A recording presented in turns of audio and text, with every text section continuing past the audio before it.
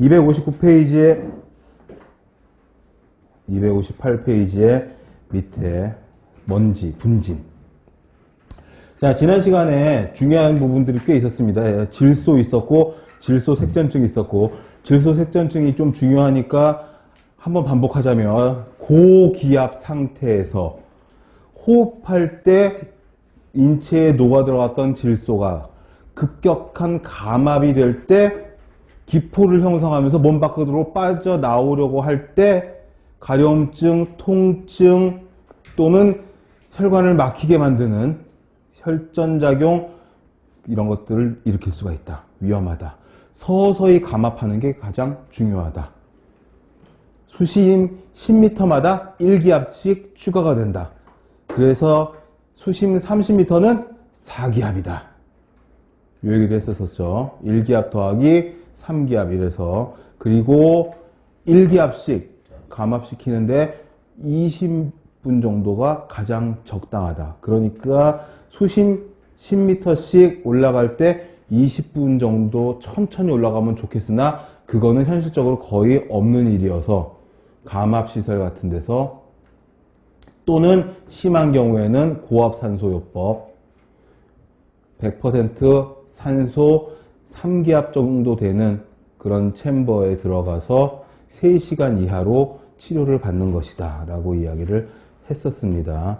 다른 말로 잠안병, 질소색전증 또 케이슨병, 케이슨 디지즈 이렇게 부른다고 얘기했었고, 그 다음에 이산화탄소가 있었는데 이산화탄소의 서한도, 서한량을 우리가 얘기를 했었고요. 이산화탄소는 실내 공기 오탁, 실내 공기 오염의 지표가 되는 것이다 라고 이야기를 했고, 그 다음에 일산화탄소가 있었는데 일산화탄소는 헤모글로빈과 결합하려고 하는 힘이 산소보다 250배 전후로 높아서 일산화탄소가 주변에 있다고 하면은 무조건 산소를 밀어 제끼고 지가 결합을 하겠죠. 그럼 조직 내에 산소 결핍을 일으키고 심한 경우에 사망을 일으키게 할 수도 있다.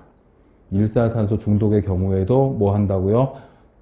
고압 산소요법을 사용할 수가 있다라고 이야기를 했습니다.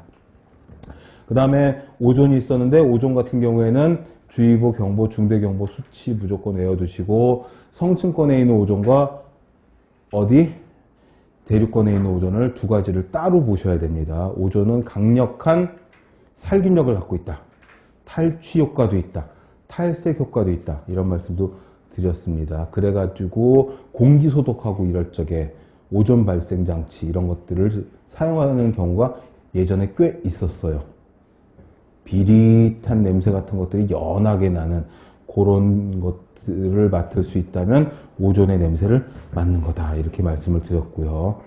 고온으로 작동시키는 토너를 가지고 있는 기계에서는 오존이 인공적으로 발생이 된다. 복사기, 그 다음에 레이저 프린터, 그 다음에 그 팩스 같은 것들에서 오존이 발생한다. 이렇게 말씀을 드렸습니다. 그러니까 사무실 안에서도 오존이 업무 시간 중에 발생을 할 수가 있다라는 거죠. 그리고 먼지. 먼지는 분진이라고도 하고, 더스트라고도 하고, 그 다음에 이 수치는 지난 시간에도 설명을 드렸습니다. 0.5에서 5 마이크로 사이의 먼지가 가장 폐포에 침착, 뭐죠? 달라붙을 수 있는 적당한 사이즈다.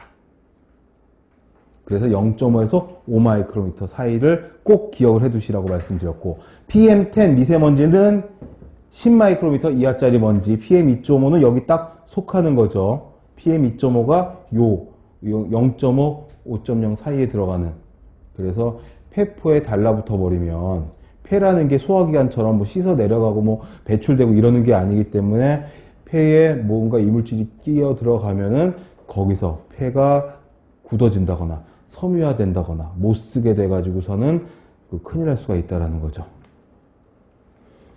그리고 먼지의 허용 기준 나와 있는데 뭐 이건 그렇게 크게 외우지 않으셔도 됩니다. 우리는 뭘 외웠죠? PM10하고 PM2.5의 발령 기준, 주의보, 경보 발령 기준 외웠으니까 그거 외우고 있으면 됩니다. 그게 이제 보건학적이 아니라 그건 법으로 정해놓은 거니까 법으로 정해놓은 수치만 외우고 있으시면 되고, 그 다음에 먼지의 인체작용, 뭐 알러지라든지 진폐증, 폐암, 황사피해 뭐 이런 것들이 있을 수가 있죠. 진폐증은 먼지로 인한, 분진으로 인한 장애를 말하는 거여서 앞에 시간에서 잠깐 얘기했었죠. 탄폐증 있었고, 성면폐증 있었고, 면폐증 있었고, 농부폐증 있었고, 규폐증 있었죠. 여러 가지 먼지의 성분에 따라서 섬유질이냐, 탄이냐, 규소냐, 뭐 있었지? 성면이냐, 뭐 곰팡이 포자냐, 흙먼지냐 이런 거에 따라서 각각 나누는데 다 뭉뚱그리면 진폐증으로 통합할 수 있다.